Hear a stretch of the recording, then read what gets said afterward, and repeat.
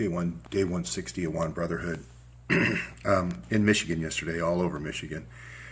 Didn't really get to meet up with anyone that I had hoped to, but sometimes that's just the way it goes. The Hillary story really is this Arkansas writ large when she goes to Washington, D.C. If you want to just substitute the Arkansas State Police for the Pakistani intelligence, you'd be pretty close to what is actually happening now.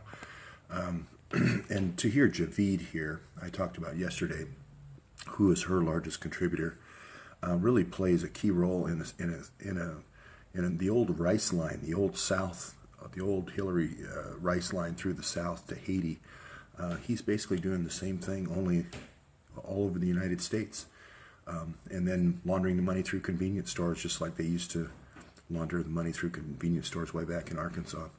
So I'm going to develop that story out to hear Javid, but also the doctor story, the Gulen doctor story that I've been developing. So this case broke where Dr. Ataya, he's a Syrian doctor, in this little town of Lapeer, Michigan. It's only 8,800 folks. I didn't get a chance to meet with the person who kind of broke this story, but she's her name's Pfeiffer, and it's Parents Against Narcotics. I guess she looks a little bit like Michelle Pfeiffer from what they say.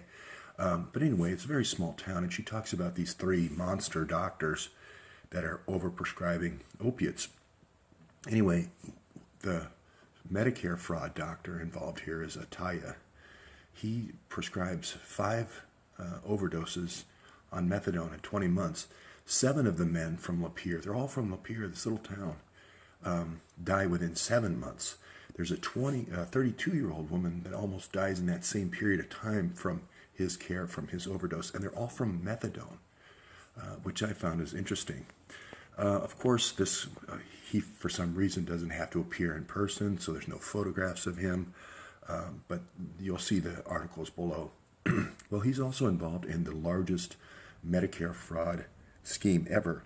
Now, this never would have come to light if it hadn't been for this case here and this woman in Lapeer talking against one woman talking about Parents Against Narcotics, and the PAN group in Lapeer.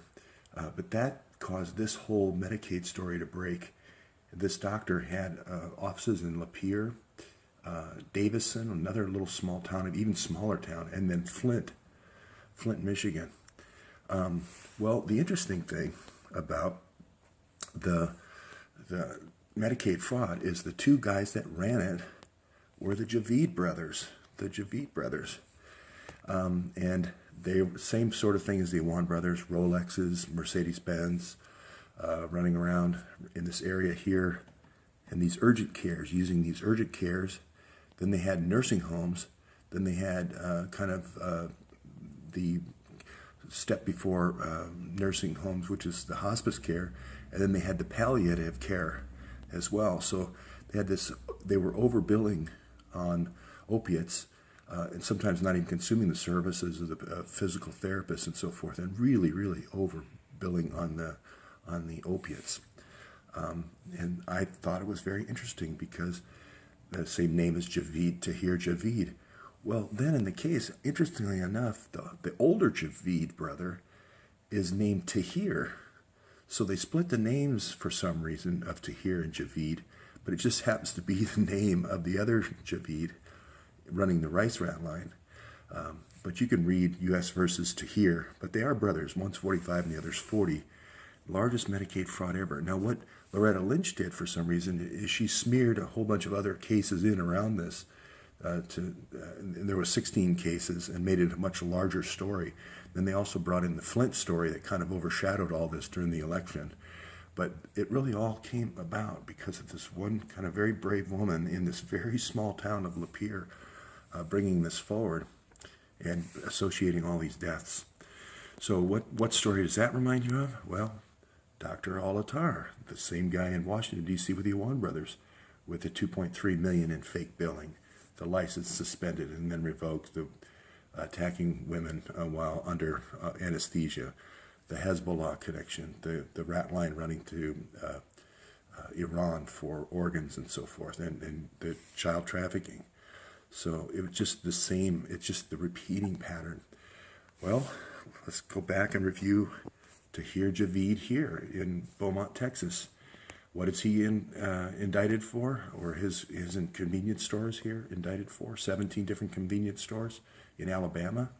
This is the old Alabama, Georgia, Florida rice run. They're taking debit cards, turning them into cash for drugs, and then they're wiring the profits to Yemen. So it all kind of feathers together. If people don't remember, Amjad Awan with BCCI, Hillary Clinton and BCCI, Mark Rich. This is Amjad Awan right here. They laundered the money from the Mina airport.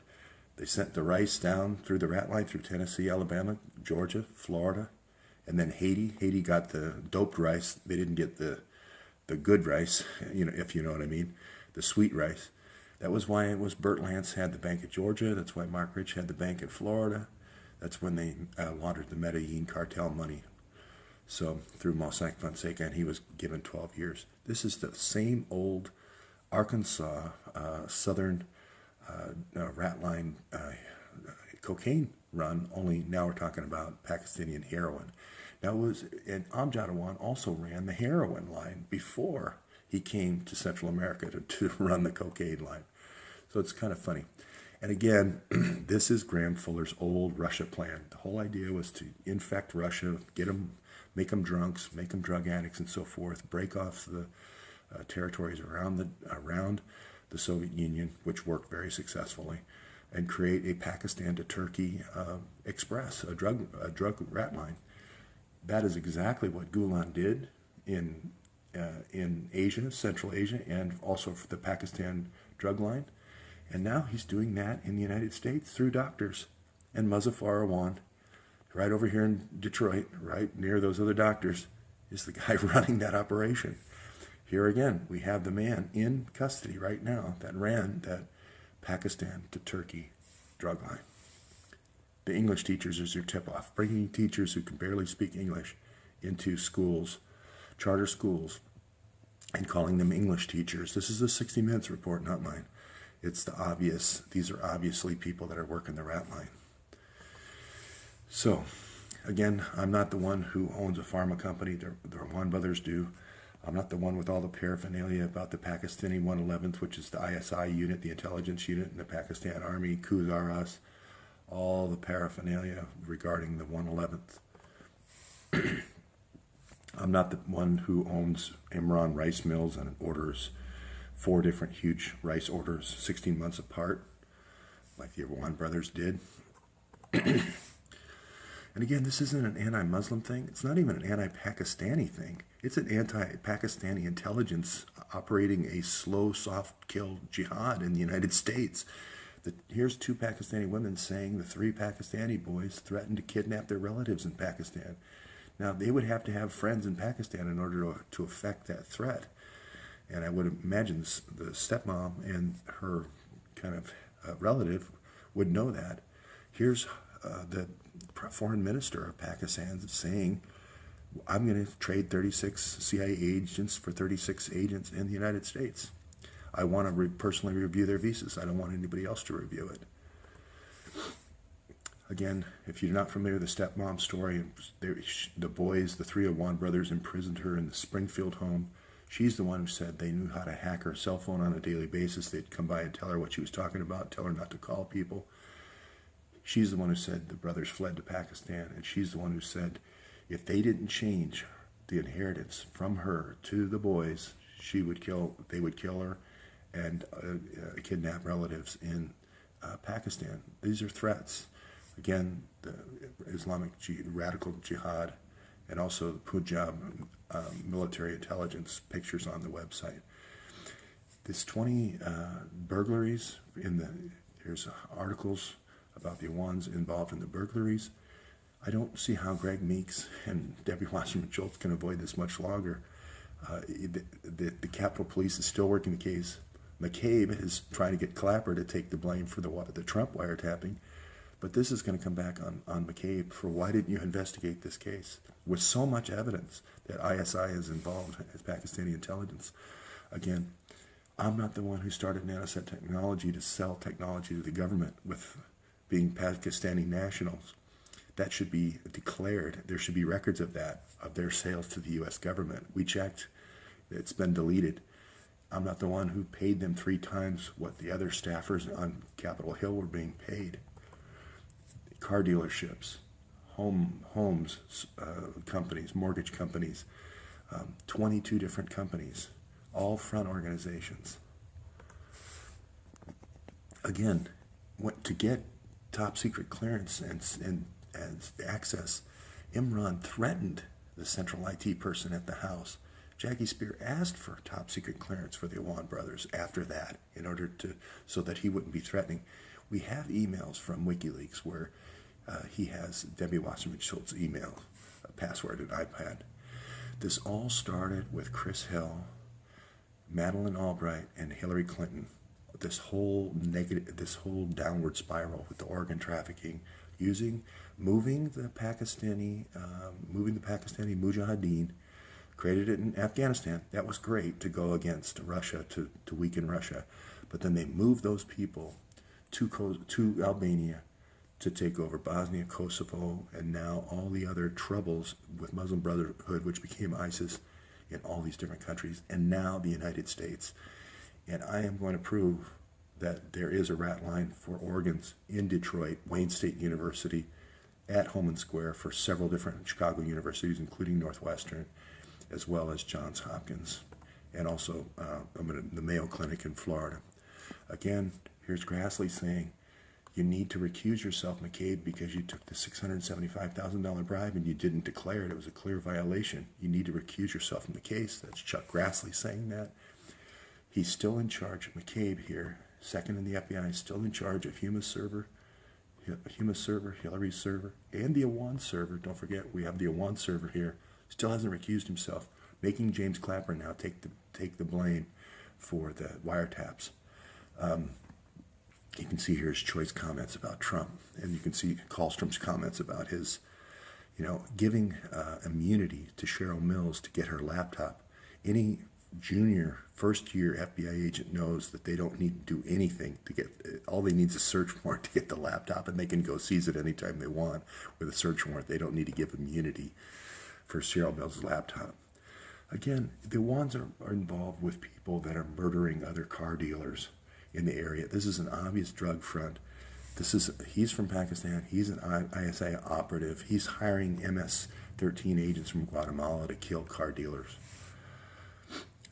There is the extra server that the Awan brothers created. The Capitol Hill police have not put out a list yet of what has been stolen, and they've not put out any information about how the investigation is going into the Awan brothers. Again, the visas. I've done some research into the ISI, and what they do is give two visas with 2 different birth dates, so that if one is seized, they have a second passport. Also, if they can also say that, oh, it's another Awan, it's not me, and then they can produce the other passport with a different birthday. They're running a dual passport scheme. Again, these are White House diplomatic passports, so they don't have to go through customs. We got to go back to Khizr Khan at the White House and look at that meeting where they got those passports.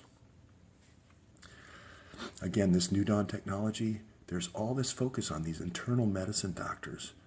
Going back to Muzaffar Awan, now Suryana Begum, who's in a corporation with the Awan brothers. All these internal medicine people making comments about mental health of veterans. Why all the focus on mental health of veterans with the internal medicine? Why Maryland, why Virginia the focus, and why Texas? Why is Nanoset technology going down to Texas, Killeen, Texas, Fort Hood? Again, they sell Cisco routers. It's right off their webpage. They know how to, and the person from Nanoset Technologies, this person, Abdul Hasnat, who's in business in Nanoset Technologies with this VA doctor, he is an expert at security audits, and he's an expert at Cisco leaks, at Cisco vulnerabilities. We know from the WikiLeaks that those are vulnerabilities. Again, just look at the profusion of evidence. Here are the Awan brothers, business after business. Here's a logistics business in Lahore. Here's an overseas employment business. Here's a gas station centrally located in Pennsylvania, so they don't have to leave any footprints when they gas up their car. Here's the fresh produce company they want transport. Here's the recycling of the laptops. Here's the visas, where they're issuing visas for the agents coming back and forth. There's going to be 36 Awan brothers. I won't go into the mango line today in Raja Foods. I'll leave them alone. But I'm just saying that there's just a profusion of evidence. It's the same Arkansas rat line over and over again. It's just on a more of a worldwide scale. That's all it is. It's just writ large. So that's it for this morning.